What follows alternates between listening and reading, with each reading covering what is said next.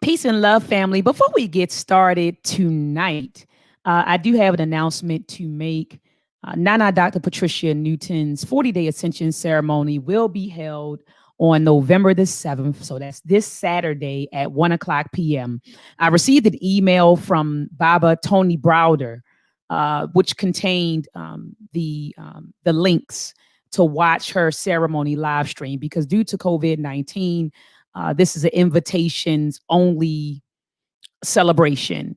And so that's why, guys, I haven't published it on Facebook or put it in different groups because I know that it's by invitation only. And so this will be live streamed. Again, Baba Tony Browder did provide me with the links to watch her 40-day ascension ceremony. Is going to be on Facebook, it's live streamed on Facebook and YouTube. And what I'm going to do, family, is underneath this video, I'm going to post the live stream links. I repeat, under the description of this video, I am going to post the live stream links. Her service, she's also having a service on November the 6th at Joseph Brown Funeral Home. But I heard also, family, that this is an invitation only thing. So I don't want you to go down to Joseph Brown Funeral Home and say, Dr. Maat sent me. It's by invitation only, family. So she's going to have services her services will be held in her honor on November the 6th at Joseph Brown Funeral Home right here in Baltimore, Maryland. And then also in Baltimore, Maryland on the 7th, okay, at 1 o'clock p.m. Again, guys, I'm going to post the links, okay, underneath this video. All right, family, so let's get started. Peace and Black Power. Let's combat and fight back with maltracks. The war of the minds, they want control of the masses. And Common Core, they dumb us down in the classes. Without knowledge, we can't gain access. Build with the elders, take notes and write classics. We keep whining on the block, how it's gonna stop? Let's start supporting our own, make their supply drop. We buy stocks, then we buy blocks. Cause we know the truth and we tuned in to Dr. Maat. Peace and love, family. Welcome to another Truth to Power Talk with your sister, Dr. Maat. Thank you for joining another powerful discussion. And tonight, I have with me a powerful guest, but a powerful guest in spirit only.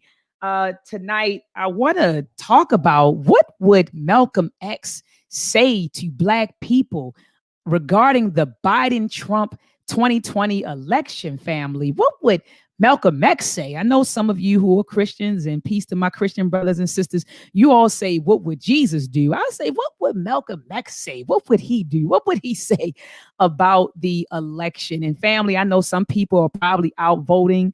Some people stood in a long line. Some people mailed in ballots. And so I know that you were out in the hustle and bustle of voting. And I know some of you are probably curious as to what I decided to do. But those who know me know that I don't affiliate myself with, I'm not affiliated with the Democratic Party nor the Republican Party.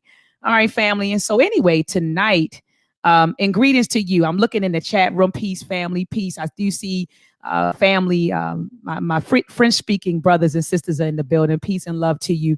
I see my moderators in the building. New Black World Order, Queen Mother Althea. Peace to you.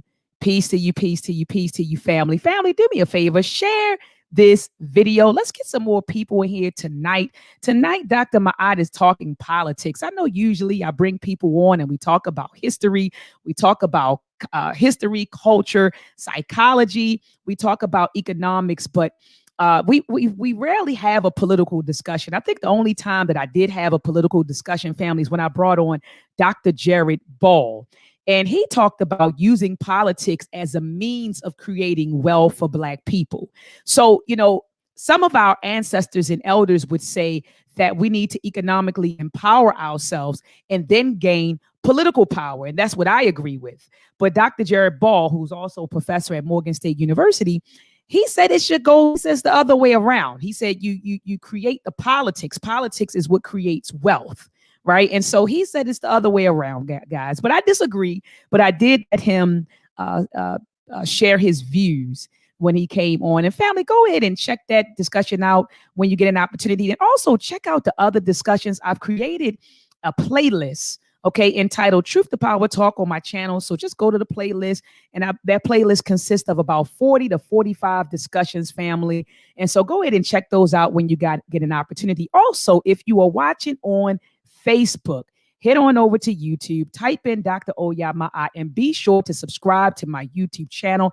Hit the notification bell so that as soon as I go live, we will be, or you will be, notified. So again, family, thank you for joining me tonight. I know that this was sort of an impromptu discussion. I think I just promoted it on Monday, maybe yesterday. I put it up that, hey, I was going to go live. And so I didn't anticipate a lot of people joining me tonight, but I do appreciate those of you who are joining me live. But yeah, today, a lot of people went out. They voted for Biden. They voted for Trump. Over the course of, this past, 6 months, maybe, there have been a lot of debates going back and forth, debates in our household, debates in the community, debates on social media regarding the Biden-Trump election. And family, despite what our ancestors and elders have said to us, and what have they said? Our ancestors and elders have been telling us for decades that the Democratic Party and the Republican Party are two wings on the same plane, and that neither one of these parties will operate or will, despite what they've promised you, but will operate in the best interest of Black people. That's what our ancestors and elders have been saying for decades, but we don't listen to our ancestors and elders. And so our ancestors and elders. And so that's why tonight, family, I'm going to let the ancestor Malcolm X speak and tell you what his thoughts would be during this Biden-Trump election. So I'm going to play a few clips, family, tonight. But the first clip I want to play, okay, is a clip of Malcolm X talking about Black celebrities. Okay, now I know a lot of people were applauding Ice Cube for his contract with Black America. They applauded Ice Cube. They were upset when they found out that, well, he actually presented the contract to Black America to the Republicans and the Democrats. He said that Joe Biden and his camp said, look, man, we'll talk about it after the election. But Trump and his camp agreed to meet with him. And so he met with them. But a lot of people were cheering Ice Cube on for his contract with Black America.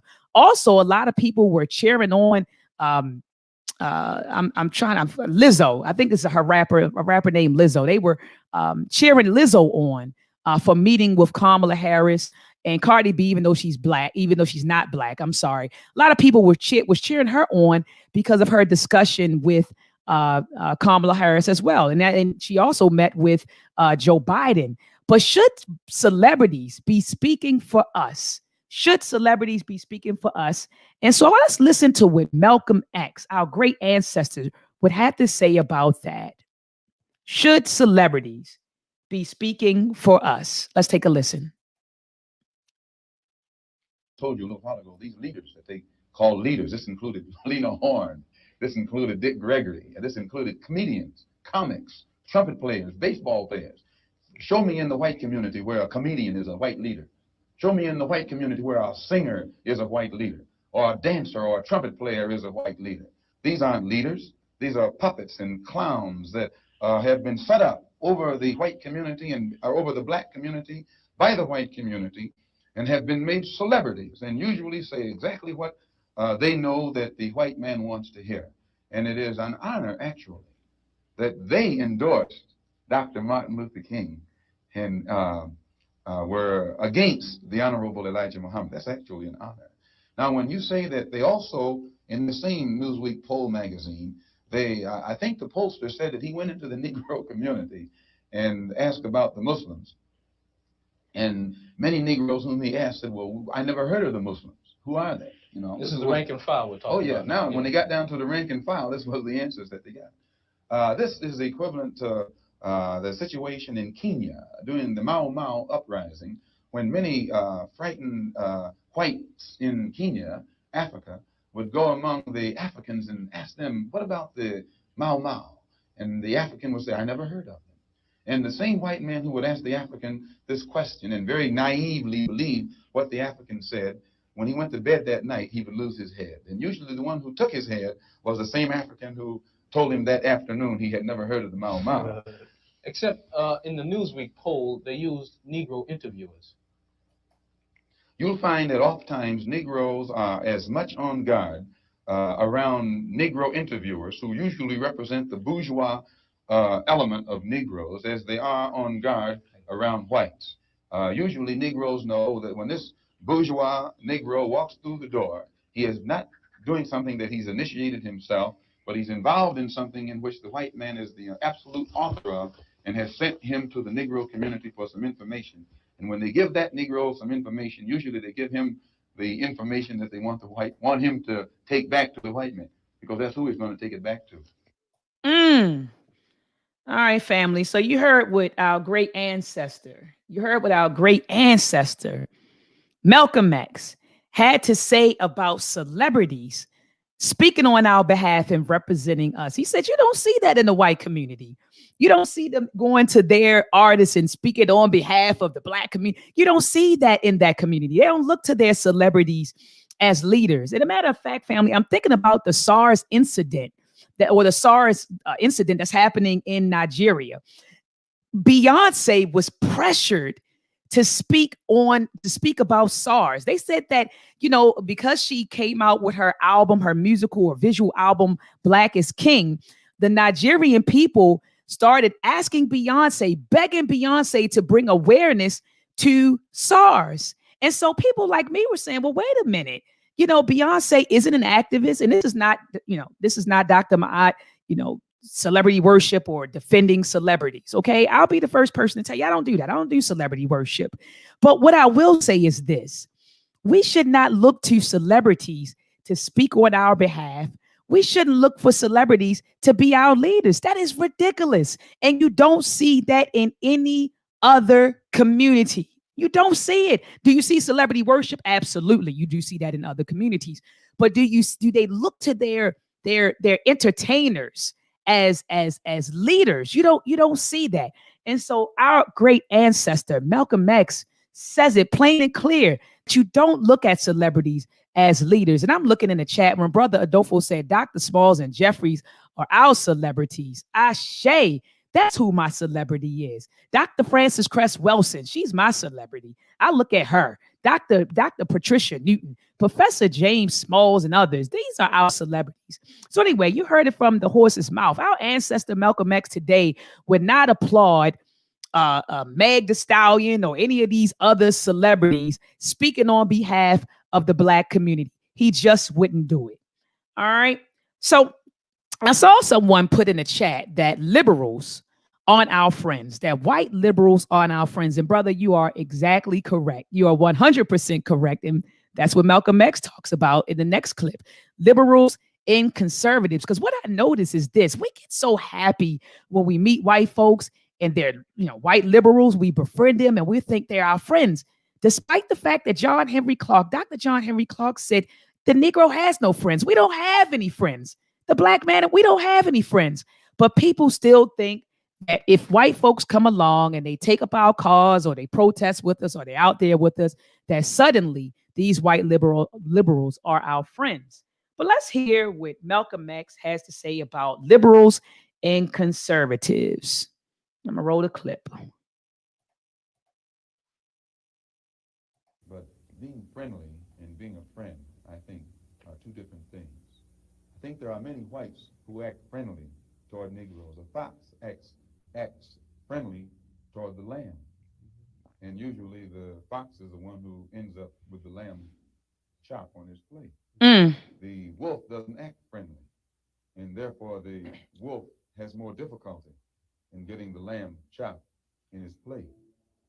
I'd like to point out, though, that I say that because it is usually if you study the structure of the Negro community, economically, politically, civically, psychologically, and otherwise, it's controlled by the white liberal, who usually poses as the friend of the Negro, who actually differs from the white conservative in the same way that the fox differs from the wolf. Their appetite is the same. Their motives are the same. It's only their mannerisms and methods that differ. I would agree that no doubt there have been a large number of whites who have posed as liberals and as friends of the Negro and who have time and again betrayed the Negro.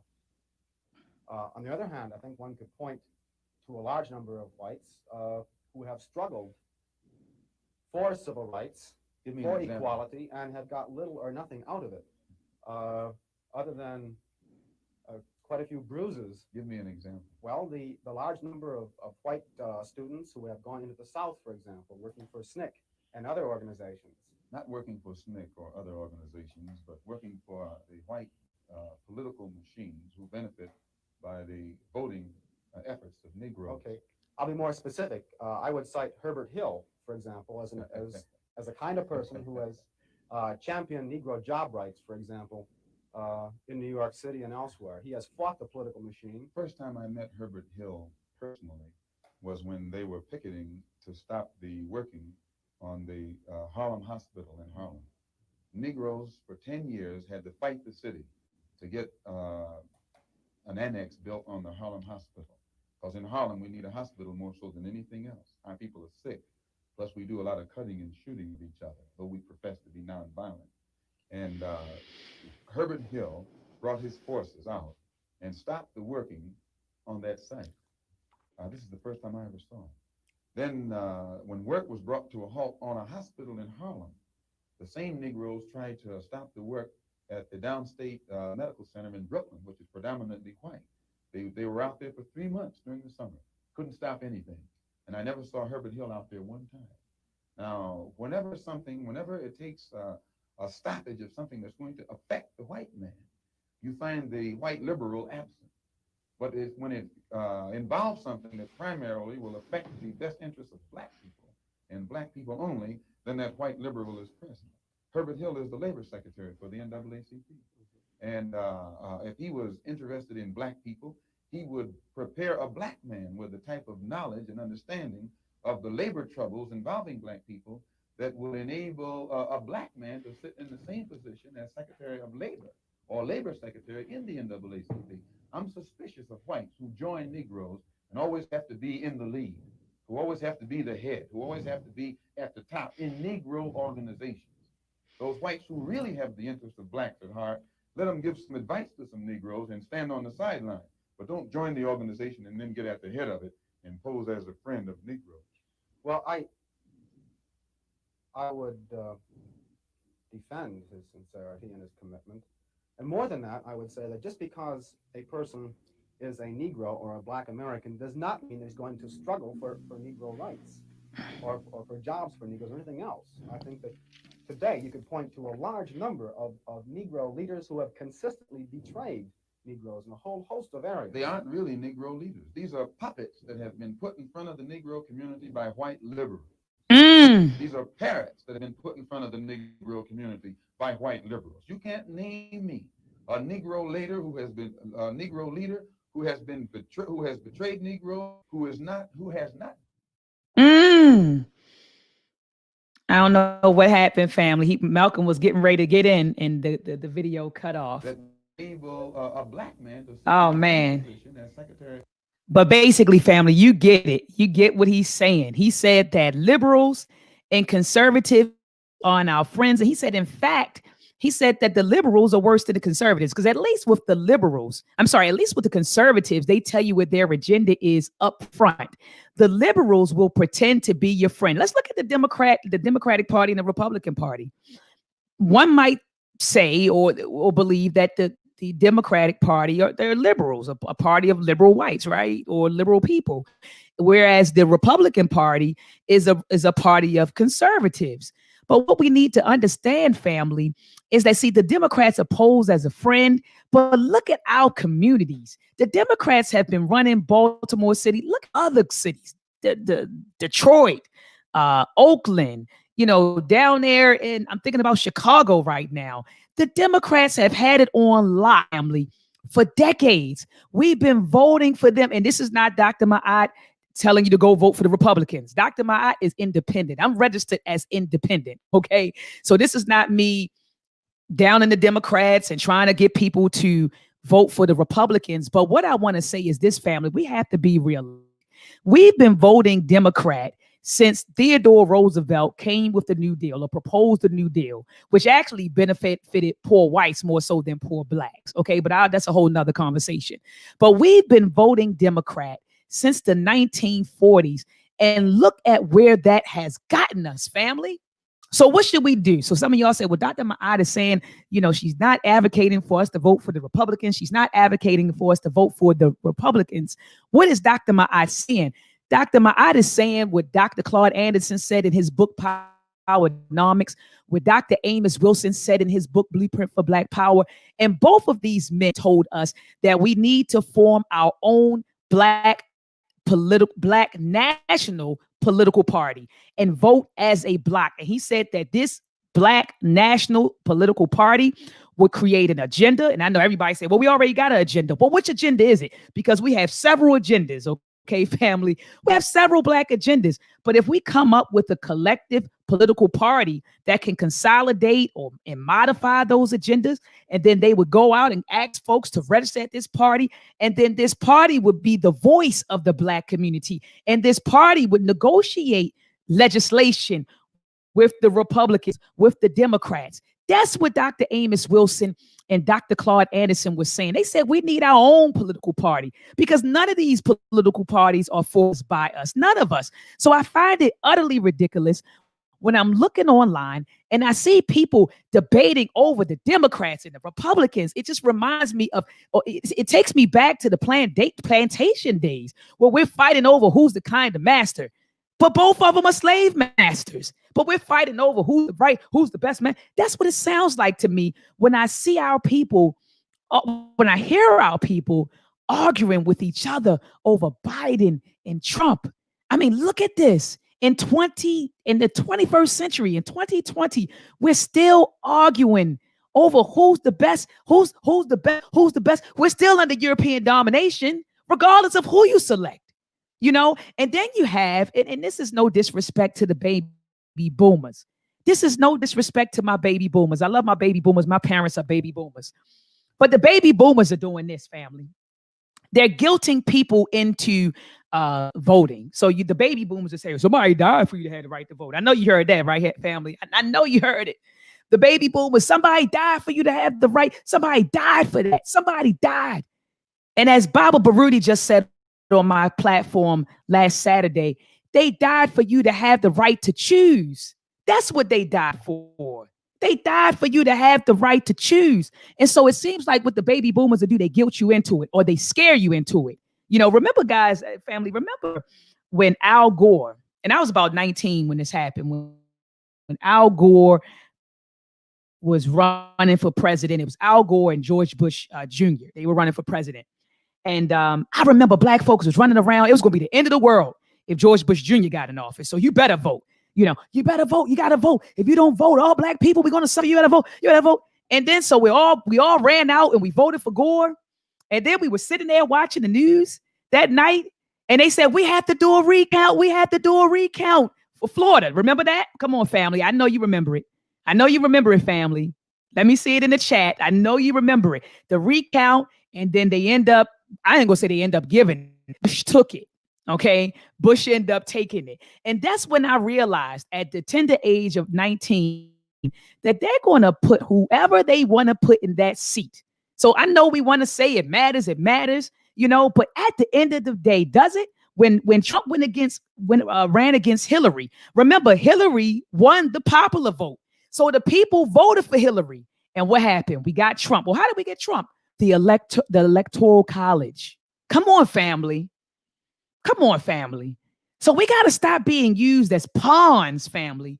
We got to stop being used as pawns. And look, Tito District said, Tito District, come on, family.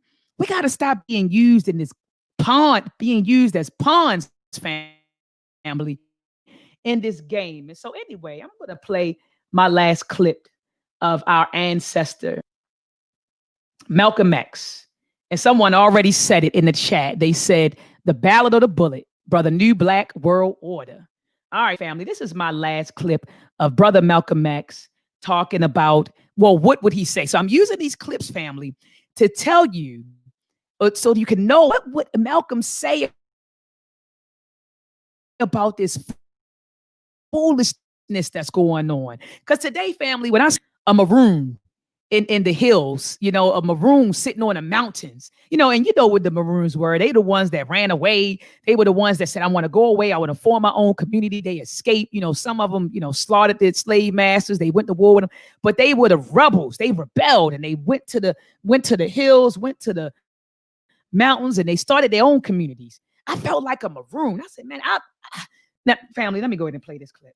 So this is my last clip, family, because I know I can go on a tangent. All right. And I'm going to go ahead and play this last clip, family. But I was on the hills watching the circus. And I know many of you were as well. But I'm going to play this last clip from Malcolm X's speech entitled The Ballad or the Bullet. All right. So bear with me. It's about 10 minutes that I want to play for you. Our people are disillusioned. They've become disenchanted. Put great writing to work. Sorry, family. This is a commercial. Personal writing assistant. Here we go. They've become dissatisfied. And in their frustrations, they want action. You'll see this young black man, this new generation, asking. And so he's talking about the new generation coming up. And that was back in 1964. But it's still relevant today because a lot of us are upset. And we're like, people are hashtagging no reparations, no vote. No tangibles, no vote. So back in 1964, he was saying that there was a new generation coming up that had a different political consciousness than the previous generation. And I said, well, let me grab this clip because this is relevant today. It's a generation of us who are coming up saying no more. No more will we run out here and vote Democrat and vote Republican and vote without getting anything in return for our vote. Voting is a transaction, family. So what are we getting? So anyway, I found this to be a very relevant clip. So that's what he's talking about here. And that's what we see today. So I'm going to go ahead and let it roll. So today, our people are disillusioned. They've become disenchanted. They've become dissatisfied. And in their frustrations, they want action. You'll see this young black man, this new generation, asking for the ballot or the vote. That old Uncle Tom action is outdated. The young generation don't want to hear anything about the odds are against us. What do we care about odds?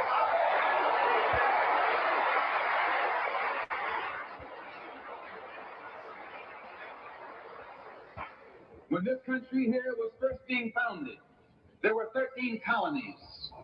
The whites were colonized. They were fed up with this taxation without representation.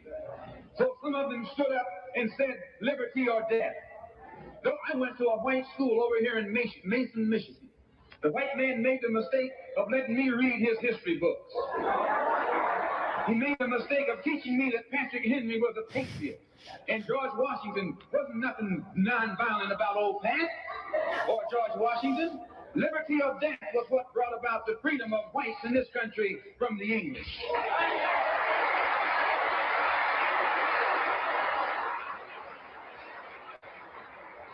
They didn't care about the odds. Right? They faced the wrath of the entire British Empire. And in those days, they used to say that the British Empire was so vast and so powerful when the sun would never set on it. This is how big it was. Yet these 13 little scrawny states, tired of taxation without representation, tired of being exploited and oppressed and degraded, told that big British Empire, liberty or death.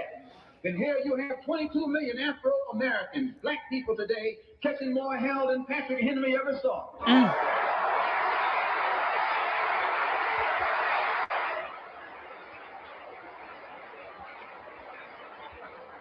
And I'm here to tell you, in case you don't know it, that you got a new generation of black people in this country who don't care anything whatsoever about odds. They don't want to hear you, old Uncle Tom, handkerchief head, talking about the odds. No.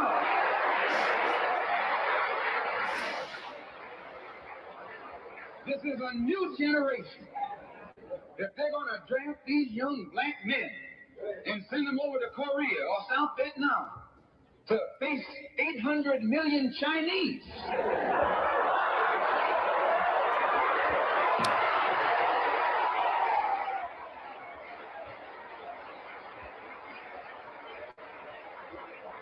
If you're not afraid of those odds, you shouldn't be afraid of these odds.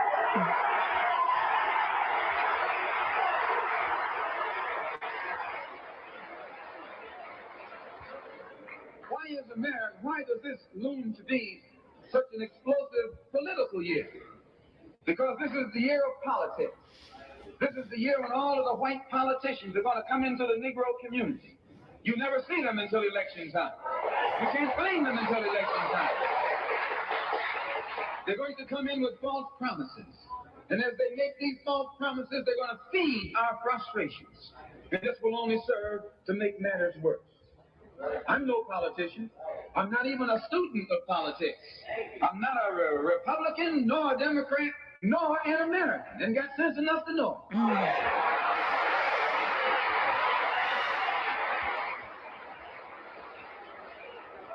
I'm one of the 22 million black victims of the Democrats. One of the 22 million black victims of the Republicans, and one of the 22 million black victims of Americanism.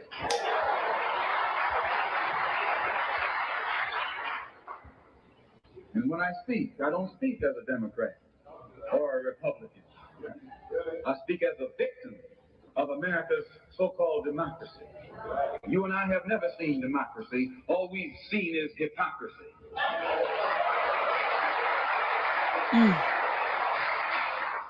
When we open our eyes today and look around America, we see America not through the eyes of someone who has enjoyed the fruits of Americanism. We see America through the eyes of someone who has been the victim of Americanism. We don't see any American dream. We've experienced only the American nightmare. We haven't benefited from America's democracy. We've only suffered from America's hypocrisy. And the generation that's coming up now can see it and are not afraid to say it. If you go to jail, so what? If you're black, you were born in jail.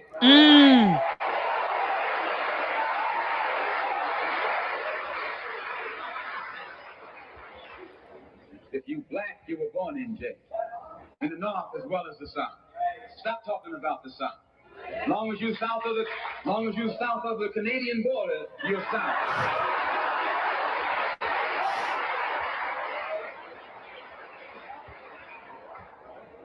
Don't call Governor Wallace a Dixie governor. Romney is a Dixie governor.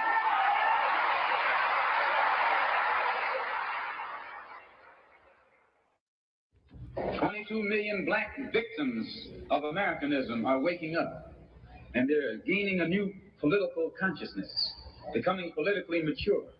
And as they develop this political maturity, they're able to see the recent trends in these political elections. They see that the whites are so evenly divided that every time they vote, the race is so close, they have to go back and count the votes all over again. And which means that any block, any minority that has a block of votes that stick together is in a strategic position. Either way you go, that's who gets it. You're in a position to determine who go to the White House and who stay in the doghouse. You're the one who has that power. You can keep Johnson in Washington, D.C., or you can send him back to his Texas cotton patch.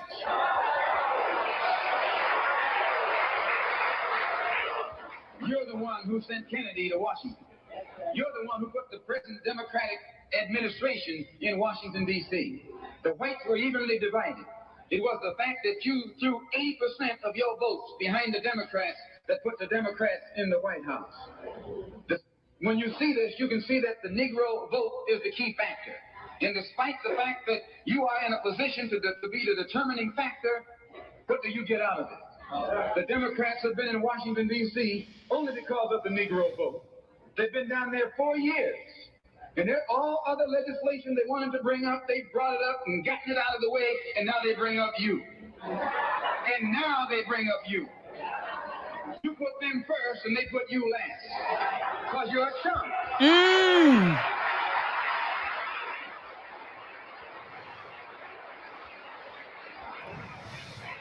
A political chump.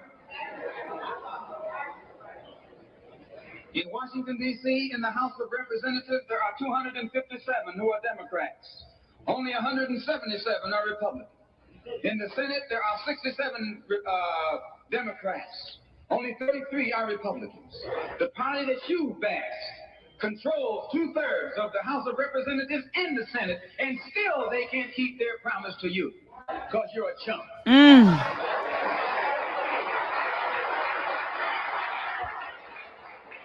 Anytime you throw your weight behind a political party that controls 2/3 of the government, and that party can't keep the promise that it made to you during election time, and you are dumb enough to walk around continuing to identify yourself with that party, you're not only a chump, but you're a traitor to your race. Woo! Family. I'm like, oh my gosh. When they took Malcolm X out, man, they took out a giant. You know, so he said this, you're running around here. I'm with this party and I'm with that party. What is any of these parties doing for you? How is your life? How has your life improved through your political affiliation? And we arguing over who's the Democrat, who's the Republican, Trump versus Biden. We look ridiculous, family. We look ridiculous. And I'm looking at in a chat room, sister, and I'm trying to look for you now, Sister High Frequency. Here it is right here. Sister High Frequency Beauty says they died for our liberation and they thought that voting could lead to that. But I want to read this. She said, Black people voting and participating in this system is complete insanity. Queen, I couldn't agree with you more. It's insanity. We're looking to the same people, the same government who created our problems to fix our problems. I'm gonna say that again. We're going to the same people who created our problems and expecting them to fix our problems. How insane is that? It's insane, family. It's insane. It's insane. And a matter of fact, let me play that clip. Because Malcolm X also says that. He talks about that a bit. So let me play that clip as well, family. Let me play that clip as well. That's responsible. And anytime you find the government involved in a conspiracy to violate the citizenship or the civil rights of a people, then you are wasting your time going to that government expecting redress. Instead, you have to take that government to the world court and accuse it of genocide and all of the other crimes that it is guilty of today.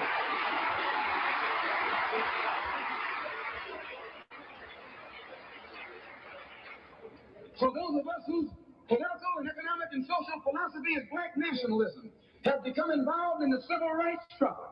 We have injected ourselves into the civil rights struggle, and we intend to expand it from the level of civil rights to the level of human rights. As long as you fight it on the level of civil rights, you're under Uncle Sam's jurisdiction. You're going to his court expecting him to correct the problem. He created the problem. He's the criminal. You don't take your case to the criminal, you take your criminal to court.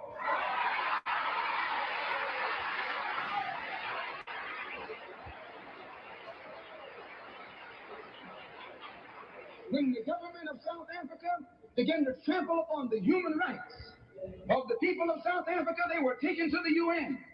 When the government of Portugal began to trample upon the rights of our brothers and sisters in Angola, it was taken before the UN. Well, even the white man took the Hungarian question to the UN, and just this week, Chief Justice Goldberg was crying over 3 million Jews in Russia about their human rights, charging Russia with violating the UN Charter because of its mistreatment of the human rights of Jews in Russia. Now you tell me, how can the plight of everybody on this earth reach the halls of the United Nations and you have 22 million Afro-Americans whose churches are being bombed, whose little girls are being murdered, whose leaders are being shot down in broad daylight? Now you tell me why the leaders of this struggle have never taken it before the United Nations.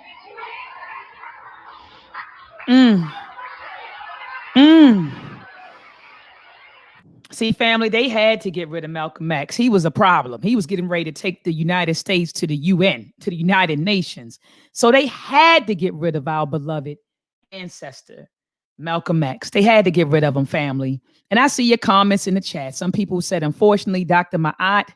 Someone said a lot of us are, we said, unfortunately, it's insane, but unfortunately, many of us are out of our right mind. And you're right, family. That's why I'm going to bring Dr. Wade Nobles on to talk about menticide. Menticide is real in this community. It's real in our community. You know, post-traumatic slave syndrome is real in our community. It's real in our community. Shango 67 said we had so many black politicians on both sides of the aisle for many years, and they still couldn't come together. He said and amend the 13th Amendment concerning slavery. He said that's madness. Someone said we've been strategically taught to be chumps. And then Brother Lamar Allen said, I got fired. I get fired up when I hear Malcolm talk. Me too, family. I do. All right, but I'm going to play maybe one or two more clips. One more clip where Malcolm X is encouraging the audience to adopt to adopt Black nationalism, and he describes the political philosophy of Black nationalism, and he talks about the importance of understanding politics. All right, and so I'm going to play that clip for you.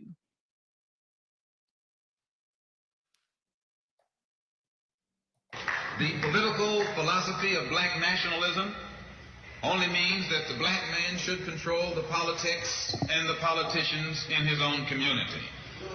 The time when white people can come in our community and get us to vote for them so that they can be our political leaders and tell us what to do and what not to do is long gone.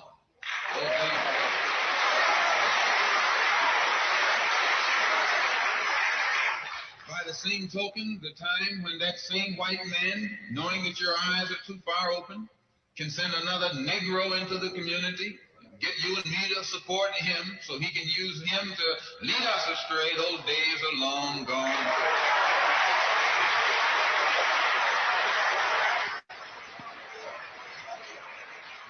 The political philosophy of black nationalism only means that if you and I are going to live in a black community, and that's where we're going to live, because as soon as you move into as soon as you move out of the black community into their community, it's mixed for a period of time, but they are gone, and you're right there all by yourself.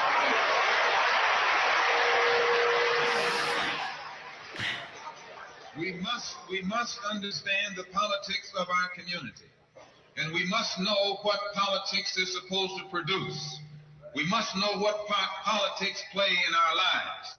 And until we become politically mature, we will always be misled, led astray, or deceived or maneuvered into supporting someone politically who doesn't have the good of our community at heart. So the political philosophy of black nationalism only means that we will have to carry on a political program of re-education to open our people's eyes, make us become more politically conscious, politically mature. And then we will, whenever we get ready to cast our ballot, that ballot will be cast for a man of the community who has the good of the community at heart. Ashe, family. Ashe. He said that we have to become politically mature. And he said, and so that when we do cast our ballot, we're voting for someone of the community who has the community's best interest at heart.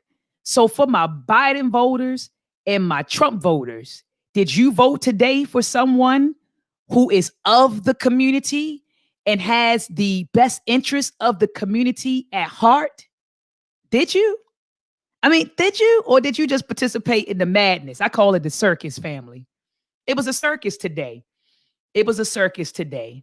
And we had to stop participating in this madness. And I'm not even just talking about the political system in America.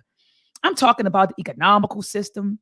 I'm talking about the culture as a whole. We need to extricate ourselves from this culture. This culture is madness. Joe Biden is saying, and I quote, he said that when he gets in office, if he gets in office, He's going to allow 8-year-olds or 10-year-olds to choose their gender. So if they feel like a man or feel like a woman, and vice versa, he's going to pass laws or legislation that will allow 8-year-olds, 10-year-olds to change their sex. This is what he said, family. And this is what we're voting for. And some of you say, well, I just want to get Trump out of office. I just want to get Trump out of office. Biden is the lesser of two evils. But we're still voting for evil. The lesser, do you hear the logic in that? We're voting for the lesser of two evils. So that's okay. Family, we got a lot of healing to do. We have a lot of healing to do and a lot of re-educating to do, family. A whole lot. But I'm looking at the chat. Malcolm X said, Tony Tone said, Malcolm X said, y'all don't want a revolution because a revolution is bloody and y'all still want a peaceful revolution, cowards. Yes, he did. In this same lecture, yes, he did. And you know who else said it? George Jackson, blood in my eye. He talked about revolution. He said, y'all not ready for revolutions. He said, because if you accept revolution, you have to accept all that comes with revolution. It could be death, hunger, imprisonment. So we're not ready. I don't think collectively we are. I think there are some warriors out here. There are some Asafo out here. But a lot of us aren't ready for revolution, all that it brings. High Frequency Beauty says the black politicians are neo-colonial puppets, just with white power in black face. I couldn't agree with you more, Queen. You're just putting a black face on a white power structure. And you wonder why we on a hamster wheel. We literally on a hamster wheel, family. I'm only 40 years old and I'm witnessing this. So I can only imagine the elders who are watching this, who are in their 60s and 70s. I feel like we're on a hamster wheel.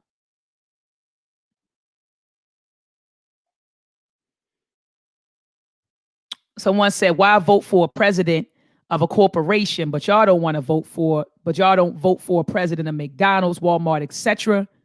Someone said neither one of those fools, along with Cop Mala, Shango, I hear you. Cop Mala had the best interests of our community. They don't. When I sat here, family, I started, checking Biden's record. Biden was responsible for the 1994 crime bill that locked up thousands of black people and said, and I have it right here. Let me pull up the daggone clip, family. You getting Shango, you just got me fired up. Let me pull up the daggone clip. He said, I'm not apologizing for it. He said it was okay. This is what Biden said. There you go. Biden said, I'm not ashamed of the 1994 crime bill. This is what he said. Priceline can save you up to 60%. Sorry about the commercials, family. When you save up to 60%, but Biden said it. Biden said, I'm not ashamed of the 1994 crime bill. He stood on that, family. He made no apologies to you. And you ran out there and voted for him today? Perspectives change over time. Bobby Rush, member of Congress, said the other day, I'm ashamed that I voted for the 94 crime bill. You ashamed of that bill? Not at all. In fact, I drafted the bill, if you remember. I know that. Oh, hold on. So a black politician said, I'm ashamed that I signed it, right? And he asked him straight up, are you ashamed? He said, not at all. Perspectives change over time. Bobby Rush, member of Congress, said the other day, I'm ashamed that I voted for the 94 crime bill. You ashamed of that bill? Not at all. In fact, I drafted the bill, if you remember. I know that. And by the way, we talk about this mostly in terms of Black Lives Matter. Black lives really do matter. But the problem is institutional racism in America. That's the overarching problem that still exists. And we should be talking about it. And you look at it, the legacy of racism in housing, jobs, and so on. But having said that, when you take a look at the crime bill, of the money in the crime bill, the vast majority went to reducing sentences, diverting people from going to jail for drug offenses into what I came up with, the drug courts, providing for boot camps instead of sending people to prison so you didn't relearn whatever the bad thing that got you there in the first place. put 100,000 cops in the street. When community policing was working, neighborhoods were not only safer, but they were more harmonious. And when the reason why the cops originally opposed my 100,000 cops, this community policing piece, is because it's high intensive and means they got to get out of their cars. So they literally got out of their cars and learned who owned the local drugstore, the local neighborhood bar, whatever.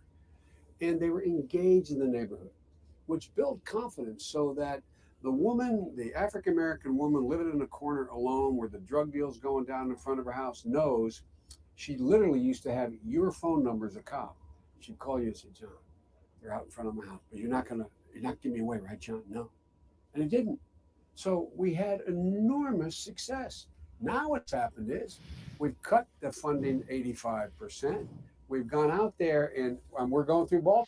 He said it was enormous success. The 1994 crime bill. We only got 42 seconds. Now. Look at the areas we're going through here.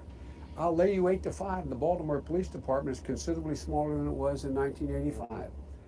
There are things that I would change. I opposed, for example, the carjacking provision that the administration wanted in.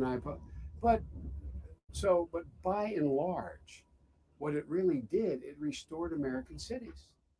Whoa. Casey, He said it restored the 1994 crime bill, restored American cities. So they locked up thousands of Black people. And he says that it restored American cities. And this is the guy you ran out and voted for today. He's also the same guy who in 1977, when they were trying to desegregate buses, he said, I oppose that because I don't want my children riding around, or entering he called it a racial jungle. He said, I don't want that. This is the same guy. And he makes no apologies for the things that he said. Now look at this woman. This is Kamala. This is Kamala, the person who plays Black when it's convenient. do you support So she had an interview and she was asked about reparations. And at the end of it, now she started tap dancing a bit. And at the end of it, she said, I'm not going to do anything that would specifically benefit Black people. And this is the person you voted for today? Let me roll the clip. Do you support reparations for Black people? Well, listen, again, we had over 200 years of slavery. We had Jim Crow for almost a century. She tap dancing. We had legalized discrimination and segregation, and now we have segregation and discrimination that is not legal but still exists and is a barrier to progress. We have disparities around housing. We have disparities around education. We have disparities around income. And we have to recognize that everybody did not start out on an equal footing in this country. Family, did you see her face? I mean, with us, with the sisters, it's hard for us to look at her face. It's priceless. I had to rewind it back. It's hard for us. It's hard for us to hide our feelings. You know how it is, queens. I'm speaking to my queens right now. It's hard for us to hide our feelings. She looking like I don't want to curse. I know my mom and my aunties, they're watching right now. So I don't want to say any profanity. But she said, I smell BS. That's what she's saying. That's what that look is. Because Kamala's it was a direct question. Do you support reparations for Black people? Yes or no? It's a direct question. So Kamala started. So here we go, family. Here we go. Everybody did not start out on an equal footing in this country. And in particular, Black people have not. And so we have got to recognize that and do something about that and give folks a lift up. That's why, for example, I'm proposing the LIFT Act. Give people who are making $100,000 or less as a family a tax credit, which will benefit and uplift 60% of Black families who are in poverty. So by default, it affects Black families, but there's not a particular policy for African Americans. Ooh, the sister sharp. She said, "Oh, so by default, it affects Black people." So she's the sister's being diplomatic, but she's giving it to her. See, for African Americans that you would explore. But no, if you look at the reality of who will benefit from certain policies, when you take into account that they're not starting at the same place and they're not starting on equal footing, it will directly benefit Black children, Black families, Black homeowners, because the disparities are so significant. So if we focus on the specific issues that have resulted in the greatest disparities, and we understand that that's part of why we're doing it. Listen, the reality also is this: any policy that will benefit Black people will benefit all of society. See, and that's the game that the Democrats run on you. We want to help everybody. They want to pass legislation. It's going to help everybody. We need legislation passed that's going to help Black people specifically. They didn't have an issue with the LGBT community when they said when Obama was in office, they said we want you to legalize gay marriage. That was a legislation that was passed for a specific community. That wasn't for everybody, right? But when it comes to reparation, when it comes to Black issues, when it comes to Black people, oh, no. We have to pass legislation for everybody. It just can't benefit Black people. But when you look at other groups of people, the Hispanic community, the LGBT community, legislation has been passed that specifically help those group of people, even the Jewish community, even the Native Americans. But when we want legislation passed on our behalf, oh, no. We can't pass legislation that's going to specifically benefit Black people. And Kamala says that. Let me go ahead and roll the clip. Let's be clear about that. Let's really be clear about that. So I'm not going to sit here and say I'm going to do something that's only going to benefit Black people. No. Oh, hold on. Let me run that back for the people that ran out and voted for Kamala. Hold on. Let me run that back. Hold on. Black people? No. Because whatever. So I'm not going to sit here and say I'm going to do something that's only going to benefit Black people. No, because whatever benefit. Let me run that back one more time. Let's be clear about this. Let's really be clear. Let's be clear about this. So I'm not going to sit here and say I'm going to do something that's only going to benefit Black people. No, because whatever benefits that Black family will benefit that community and society as a whole in the country. Right?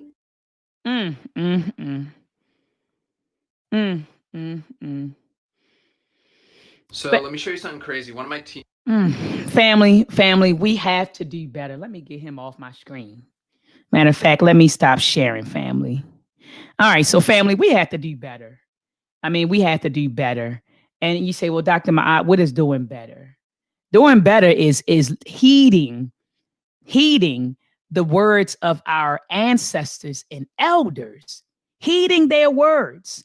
We put up their pictures on social media when their birthdays roll around and during holidays that we've created in their honor, and we put their faces on T-shirts.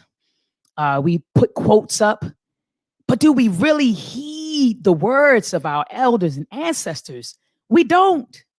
And I bet you my bottom dollar, if we did, we would be in a much better condition than we are today, family.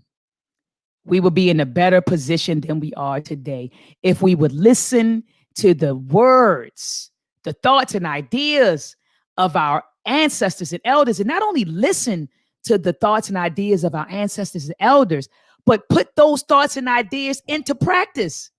Dr. Amos Wilson wrote the blueprint for Black power. How many people studied that? To me, I always tell folks, this is my Bible. Hold on, let me grab it for you. Dr. Amos Wilson wrote the blueprint for Black power. And I know it might seem a little, I guess intimidating because it's such a thick book, but he gave us the blueprint. Have we put it into practice? It's been out since 1998. He transitioned in 1995, and the book was posthumously published in 1998, but the book has been out for 22 years? And I'm not saying everybody, family, because some of you might be saying, I'm putting it into practice. I'm not saying everybody, family, but I'm saying collectively, have we implemented his ideas, his thoughts? Dr. Claude Anderson wrote Powernomics. That book came out in 2000, 20 years ago. And we still see Dr. Claude Anderson on The Breakfast Club, on Dr. Boyce Watkins' show, preaching the same message. And I had an opportunity to speak to him one day. Brother Jabari Nator brought him in Baltimore for a lecture. I had an opportunity to speak with him, and I also had an opportunity to speak with Baba Dick Gregory before he transitioned. And both of them said the same thing. They said, I'm tired. They said, our people, they said, woo, both of them said something wrong with our people. They said, woo, our people don't listen. Something is seriously wrong with our people. You know what both of them said? I'm tired.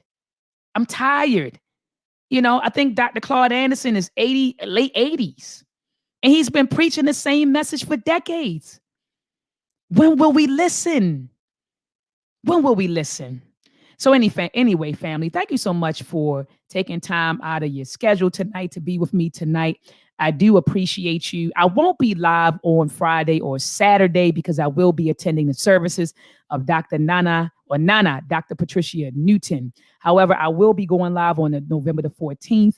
I'm bringing on Dr. William Sandy Darity to talk about his new book, which talks about reparations. And I also will be giving out 10 books. You know, when I bring an author on, I purchase, you know, at least about 10 to 20 books, and I give them out to people who join me. So be sure, family, to join me back here on November the 14th at 8 p.m. Eastern Standard Time. Peace.